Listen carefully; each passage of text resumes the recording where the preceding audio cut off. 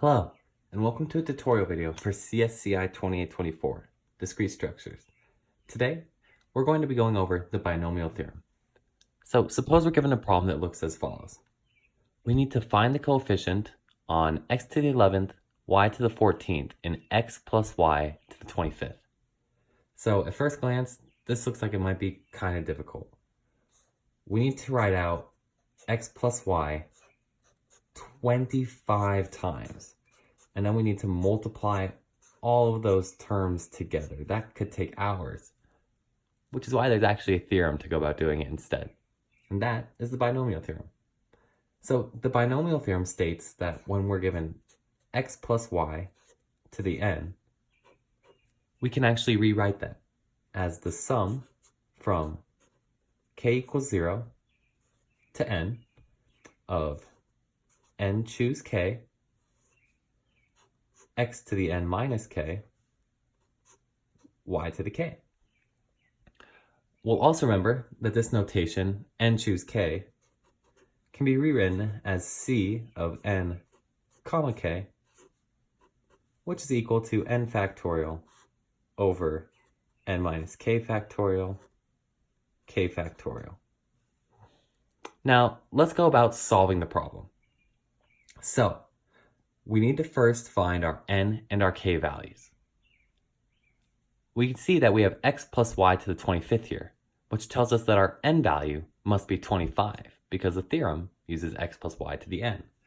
So we have n equals 25. And for our k value, we notice we always have y to the k, and we have y to the 14th here. So k must equal 14. We can now plug these values into the binomial theorem. We have the sum from k equals 14 to n equals 25 of 25, choose 14, times x to the 11th, y to the 14th. And now our question is, what is the coefficient on this term? Well, the only coefficient in this whole equation is actually 25 choose 14. And so that is going to be our solution. 25 choose 14. Note that we could rewrite this using the equation above, but that's going to be a pretty big number, so I'm just going to leave it as is for now. Now, let's see some more example problems with the binomial theorem. So now, we're asked to find the coefficient on x to the 9th in 2 minus x to the 19th. So we notice a couple things here. First of all, we only have an x, we don't have a y. Secondly, we have a minus instead of a plus. Our equation was for x plus y to the n. And thirdly, our x is in a different position. It's on the right side instead of the left. Well, we'll go over that all here. So first, let's rewrite this equation. We can rewrite it as 2 plus negative 1 times x to the 19th. Now we do have a nice plus sign in the middle here, so we can use that. The second thing I'm going to tell you is that it doesn't matter what side the x or the y are on. Essentially, we're always going to have this first value to the n minus k and the second value to the k. So always remember that. First value to the n minus k, second value to the k. And it also doesn't matter that we don't have a y in this equation. Having a 2 is plenty. So let's go about solving. First thing, we have 2 plus minus 1 times x to the 19th. So that means our n value must be 19. Now, we have our x in the right position, which means that our negative 1 times x is going to be to the k. And so since we have x to the 9th, we know that k must equal 9. So if we plug this into the binomial theorem, we get the sum from k equals 9 to n equals 19 of 19, choose 9. Now we pull this 2 down. We have 2 to the n minus k, which is 10 times negative 1 times x, and that whole thing is to the k, to the 9th. So now our coefficient is actually a little different as well. Not only do we have 19 choose 9, but we have 2 to the 10th, and we have a constant value, negative 1 to the 9th. So this means that our actual coefficient becomes 19 choose 9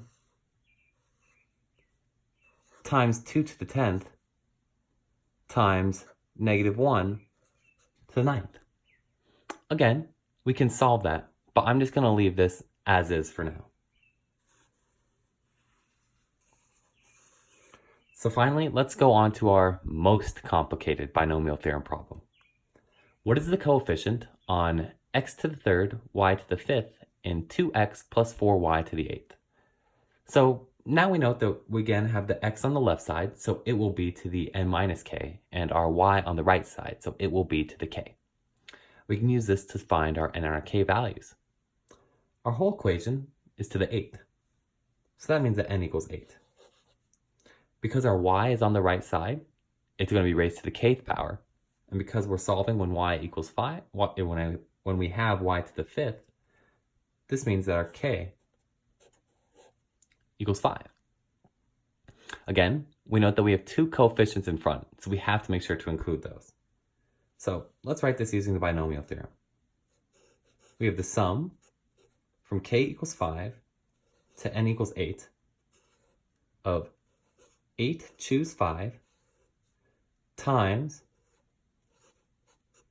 2x to the third times 4y to the fifth. Now, just as we did above, we're going to rewrite our coefficient term. And that will be 8 choose 5. We pull down our 2 times 2 to the third, and we pull down our 4 times 4 to the fifth. And that will be the coefficient. The binomial theorem is really useful for making really tricky and long problems a lot more simple. I hope that you understood this video, and I wish you the best of luck going forward with the binomial theorem. Thanks for watching.